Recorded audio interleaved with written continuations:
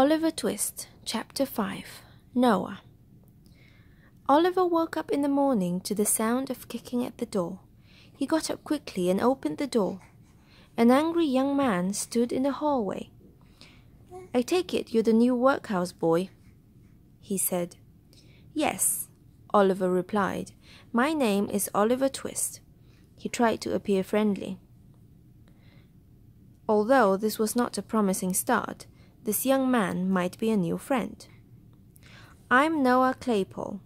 Noah poked Oliver in the chest as he spoke. "I've been here a long time. Don't forget that I'm in charge of you." The young man stared at Oliver. "How old are you?" "I'm 10 years old," Oliver said quietly. The promise of a new friend was quickly fading. Oliver knew that Noah was looking for trouble. "Huh," Noah said. "Pretty small for 10. "Noah, Oliver," Mrs. Soberry called from the cellar. "Come and get your breakfast." Charlotte handed each of the boys a plate. "You didn't waste any good bits on the workhouse boy, did you?" Noah asked. He put his arm around Charlotte's shoulder. "Of course not, Noah," she giggled. "I only gave Oliver the fatty bits of the meat." "You see how it is, Oliver?" Noah asked. "You'll get nothing special here. You won't take my place as the undertaker's assistant." Oliver knew that Noah spoke the truth. He knew it would be difficult working with a bully. No one was on Oliver's side. Noah picked on him. Charlotte favored Noah. Mrs. Soberry yelled at everyone. Mr. Soberry paid almost no attention to anyone. This was to be the pattern of Oliver's days. He worked hard, ate fatty bits of meat, tried to avoid Noah, and wished for a friend. Many weeks passed with little change. Oliver helped Mr. Soberry as best he could. Every night he slept in his room with the coffins, thinking about his lost mother.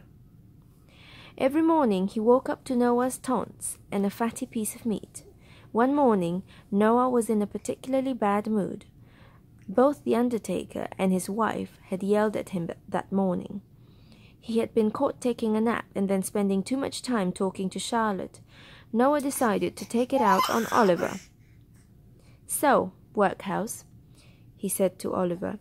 Noah often called Oliver by that name. "How's your mother?" Normally, Oliver would take Noah's abuse without a word. This was not to be one of those times. "My mother is dead," Oliver said sternly. "Leave her out of it." His face grew red with anger. "Ah, well," Noah smiled. "She's better off." "Take that back," Oliver said. He stood up and clenched his fists. Noah laughed. "We're all better off. Don't need one more person living off the workhouse." "What did you say?" Oliver's eyes were filled with tears. This was the first time Oliver had ever felt real anger. Through all of the unfairness Oliver had been forced to live with, no one had ever insulted his mother. "You hear me," Noah replied. "We're all better off." Oliver jumped on top of Noah and began hitting him. Noah dropped to the floor and cried out for help. Mrs. Sowerberry and Charlotte arrived in a few moments. They pulled Oliver off Noah. Despite his small body, it was hard to pull Oliver back. "What on earth happened?" asked Mrs. Sowerberry.